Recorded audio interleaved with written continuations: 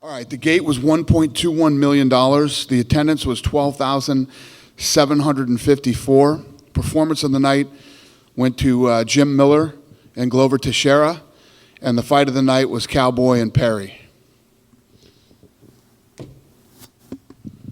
Anybody got a question? Yeah, go ahead, buddy. Are we miking these guys, or? They have mics. Yeah? Hey, there we go. How tough was that fight of the night decision? Because the there was main several event, on the main card that the main event brutal. too. Yeah, I agree. The main event was incredible too. So, that was a tough decision. What made you wind up going with that one? I just think we all unanimously agreed that it was just that fight was ridiculous too. Take me through what you thought about the main event. And did that surprise you? Yeah, the outcome? No. I mean, we made that fight because we think Jack Hermansson is talented. And, the thing is with Jacare has this desire to win right now and to fight for the belt. And that guy just keeps moving forward. The body shots that he hit Hermansson with, the fact that Hermansson wasn't afraid to go to the ground, he even tried to guillotine friggin' Jacare. I would have never guessed that nobody goes to the ground with him and tries to do that. So very impressive. Hermansson ate unbelievable body shots, wasn't afraid of the ground, and, first 5-round fight, and, guy looked great. I guess the talking point was that you guys had, one way or another, told Jacare, you win this fight, you get a title shot. Now he's lost. I mean, is it safe to say that Hermansson's now in consideration at least? Well, no, I mean, the fight hasn't even, there's still an interim champion and all this stuff. That's why Jacare hasn't got a shot. I mean, he's had opportunities. It's not like he's never had opportunities. There's guys out there who haven't even had opportunities. He has. And this is the way the ball bounces sometimes. Wonder if you could talk real quick about Greg Hardy and how important that was for him, and then for you guys as an organization, for him to bounce back after what happened to him in January. Yeah, I'm not going to say that I love that fight. You guys know. I mean, I've been doing this for 20 years. We don't do setup fights for anybody. And if I was a fan, and probably some of the media, the way some of the media acts, I would think that was, I don't know who the fuck that guy beat in 9 fights, but I'd like to see the 9 guys he beat. That was weird. Not to take anything from Hardy. Hardy came in great shape. Hardy doesn't make fights. Me and my guys do.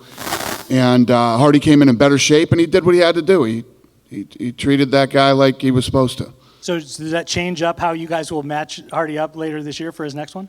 No, I mean, it just, the guy's record is 9-2. I want to see the 9 guys he beat. You know what I mean? They might be in this room right now, actually.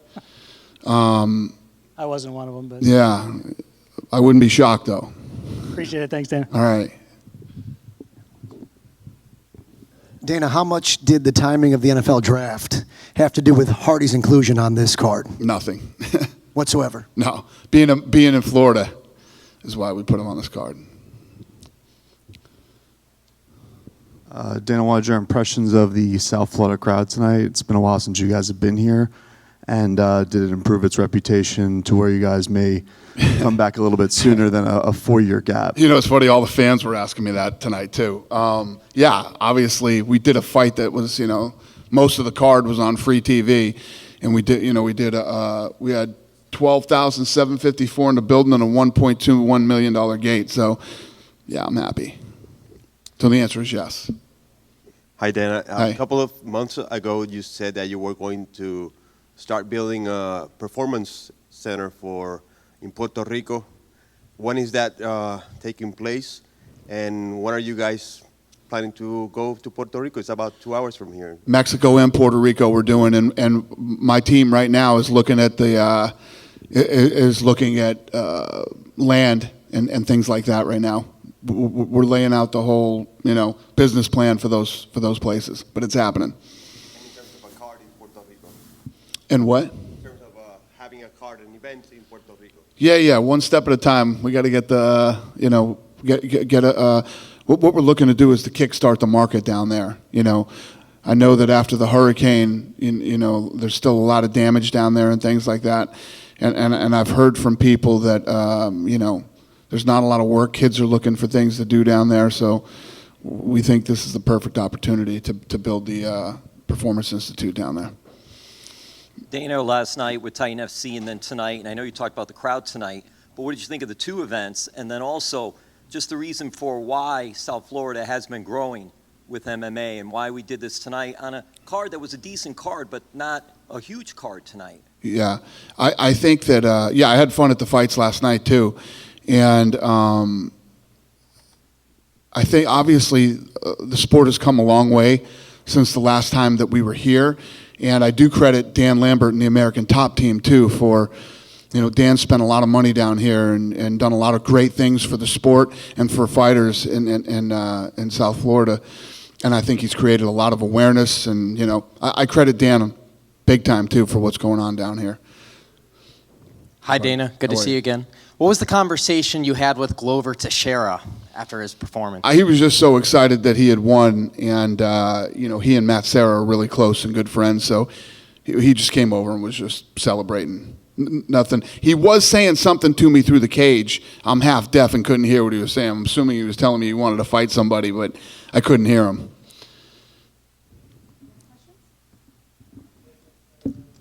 What was your impressions of Mike Perry tonight? He looked awesome tonight. I think that I was very impressed with how composed he was. He wasn't being wild. He took his time, picked his shots. When he hurt Cowboy, he didn't run after him, like he usually gets crazy and runs after him. He took his time, and you saw every time that he did get near him again when he thought he was hurt, Cowboy had an answer and fired off something sneaky. And he really fought a good fight tonight against a really good guy. Tonight was a big win for Mike Perry, because of who he beat and how he beat him. You also said that you were going to have a meeting with Conor McGregor this week while you were down here. Has that happened yet? Yeah, no, I was supposed to meet with him down here. We're going to meet in L.A. instead. And do you have any update on Tony Ferguson and what his status is? Yeah, as far as I know right now, Tony's still not ready to go. Okay. Or I would be trying to book him. Anyone else? Anybody else? Yeah, right here behind you. You're here at the BB&T Center, and then we also have in Miami the American Airlines Arena. So when UFC does come back, is there a preference whether to go to Miami, to stay in Sunrise Fort Lauderdale, or is that just something you look at later on? Yeah, that's a good question. I guess it would depend on the fight. It would depend on what fight I would bring down here. If we bring a pay-per-view and if we bring some, if it's a pay-per-view, it's obviously at least one title on the card. So we would figure that out. Yeah. Anybody else?